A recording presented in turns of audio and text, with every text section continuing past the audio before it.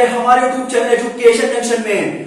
मेरा नाम है चौमेश शर्मा। आज की इस वीडियो में हम लोग बात करेंगे class 12 physics most important questions for board exam 2025। ये वीडियो आप सभी क्लास 12 फिजिक्स स्टूडेंट्स के लिए बहुत ज्यादा इंपॉर्टेंट है, क्योंकि इस वीडियो में मैं आपको फिजिक्स के ऐसे क्वेश्चंस बताऊंगा जो कि आपको 21 फरवरी 2025 बोर्ड एग्जाम में 100% देखने को मिलेंगे। बहुत यूजफुल वीडियो है स्टूडेंट्स, आप सभी लोगों के लिए।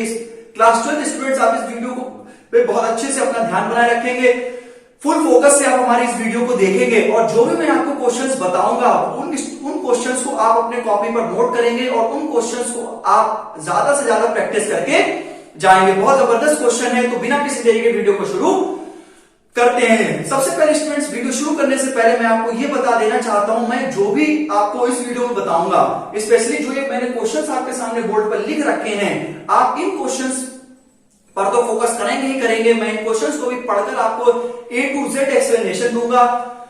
इसके साथ ही साथ बच्चों, जो मैं ओरल आपको समझाने की कोशिश करूंगा स्टूडेंट्स, प्लीज आप उसको बिल्कुल भी ना मिस करना, आप उसको बिल्कुल भी इग्नोर ना करना। जो भी मैं बात ओरली आपको समझाऊंगा आप उस पर बहुत ज्यादा तरीके से फोकस करना और उनको अगर नोट हो सके स्टूडेंट्स आप उनको नोट कर लीजिएगा, क्योंकि बोर्ड पर स्टूडेंट्स सभी चीजें लिखना पॉसिबल नहीं है। तो इसलिए मैं स्टूडेंट्स आपसे रिक्वेस्ट करता हूं कि प्लीज जो भी मैं आपको बताऊंगा, जो भी मैं आपको लिखवा रहा हूं इस वीडियो में, आप उस पर फोकस करेंगे। तो सबसे पहला क्वेश्चन, सबसे पहले स्टूडेंट मैं आपको यह बता दूं कि आप अपने फिजिक्स के बोर्ड एग्जाम में आपका बोर्ड एग्जाम फिजिक्स का कैसा बनता है, किस अप्रोच से एग्जामिनर आपके पेपर को बनाता है, आप पहले उसको समझ के जाएं। अदर देन कि आप बस सिर्फ इंपॉर्टेंट क्वेश्चंस को पढ़ ले रहे हैं, आप अपने पूरे साल स्कूल्स में या फिर अपने कोचिंग्स में जो आप पढ़ लेते हैं स्टूडेंट्स, ऐसे नहीं होता है। सबसे पहले स्टूडेंट्स आपको ये पता होना चाहिए कि आपके जो पेपर बन रहे हैं, जो आपके बोर्ड एग्जाम में, वो किस प्रकार से बन रहे हैं, कि हमें किन चीजों पर ज्यादा फोकस करना है जिससे कि हमारा पेपर अच्छा हो सके। तो स्टूडेंट्स, फिजिक्स का पेपर आपके 3 पार्ट में स्टूडेंट्स बनाया जाता है।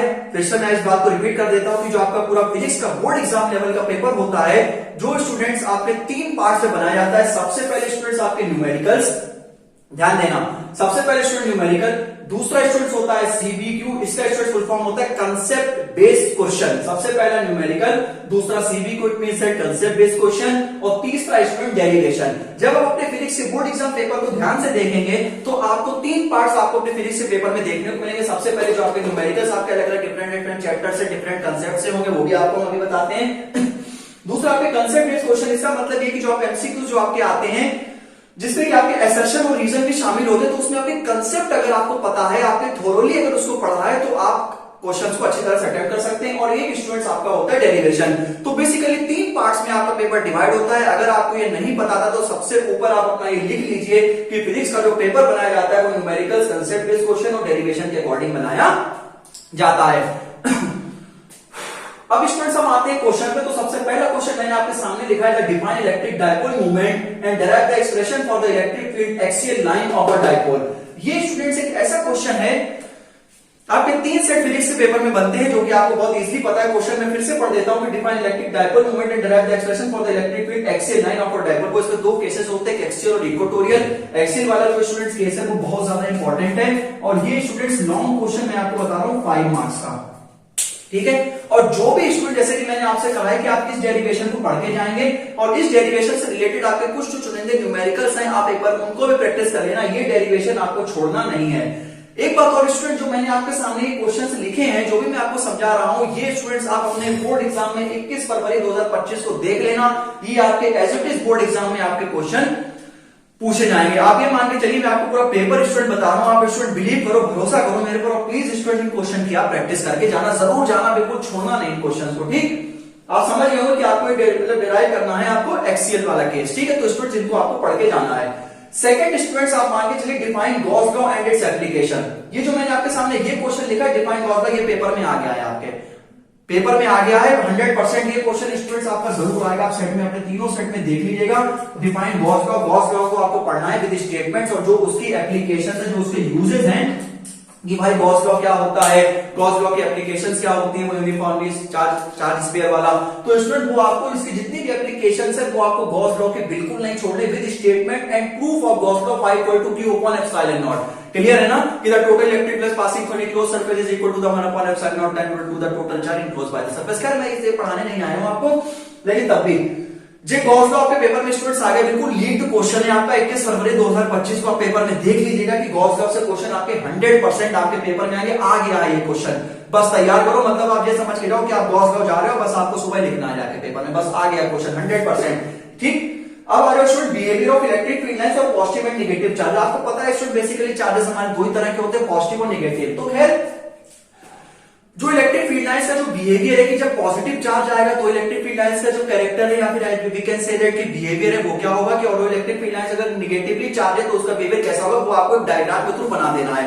ये वाला क्वेश्चन स्टूडेंट शॉर्ट में आता है और ये आप एमसीक्यू में भी आपका आ सकता है और ये आपका सेक्शन बी में भी आ सकता है 3 मार्क्स में भी। ठीक है, तो स्टूडेंट्स प्लीज आप इस वाले क्वेश्चन को भी बिल्कुल भी छोड़ के ना जाना। ये जो मैंने आपके सामने क्वेश्चन लिखे ये स्टूडेंट्स आपका पूरा पेपर है, बिल्कुल छोड़ के ना जाना है। तो सही है, behaviour of electric field line positive और नेगेटिव चार्ज आपसे खुद वो क्वेश्चन में कहेगा कि अगर पॉजिटिव चार्ज है तो इलेक्ट्रिक फील्ड लाइंस किस प्रकार से होंगे, ड्रॉ करके बताओ, और अगर नेगेटिव है तो क्या है तो कैसे ड्रॉ करके बताओ। तो स्टूडेंट्स ये मैंने आपको चैप्टर 1 के इंपॉर्टेंट क्वेश्चन बताए, आप ध्यान दो मेरी बात को।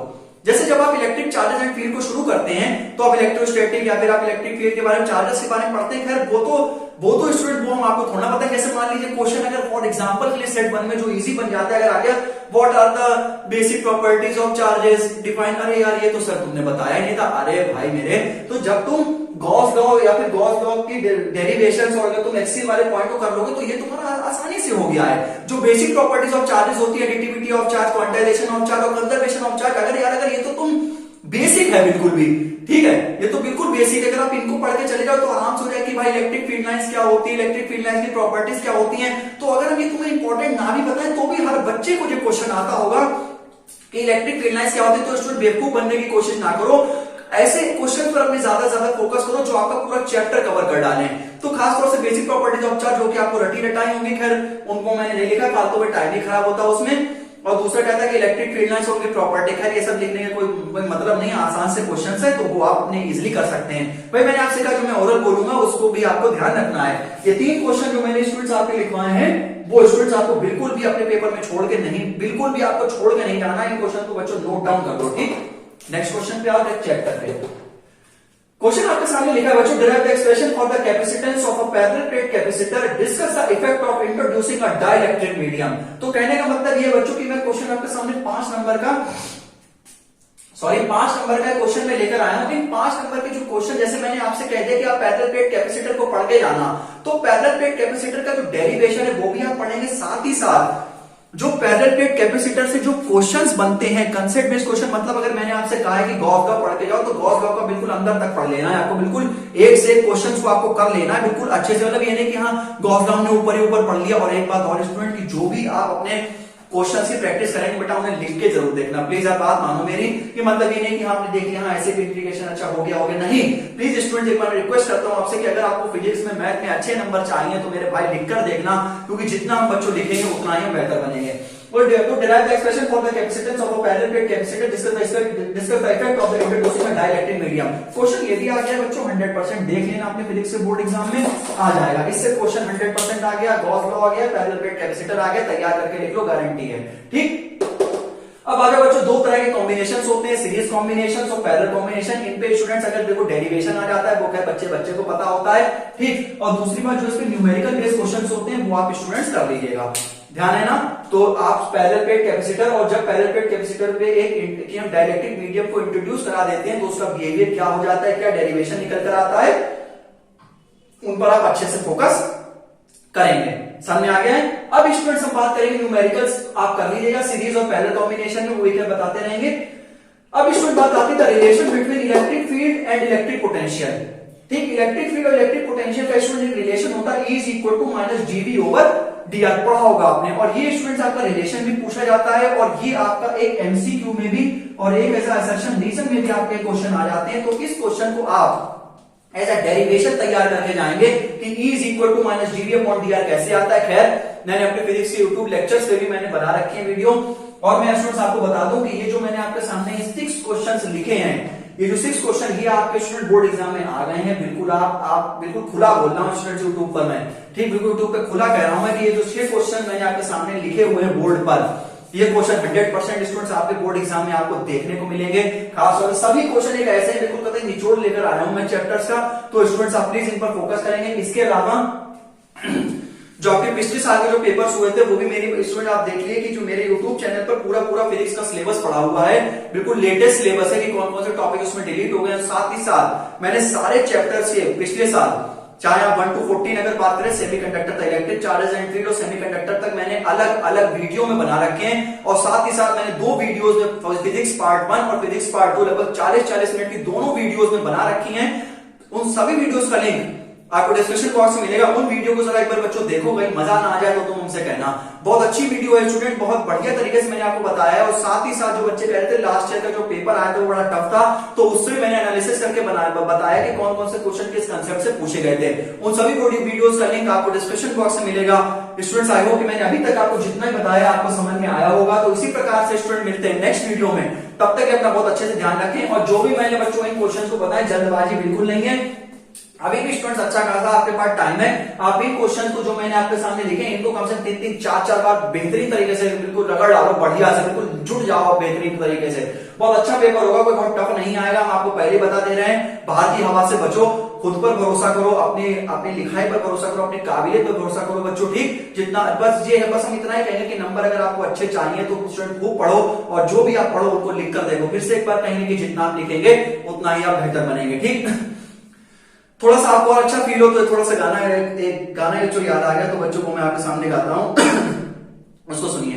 कि मेरे महबूब कयामत होगी आज रुसवा तेरी गलियों में मोहब्बत होगी, तेरी नजरें तो गिला करती है मेरे दिल को भी सनम तुझसे शिकायत होगी, मेरे महबूब कयामत होगी आज रुसवा तेरी गलियों में मोहब्बत होगी। तो thank you so much, God bless all of you, I love my India, जय हिंद, जय भारत।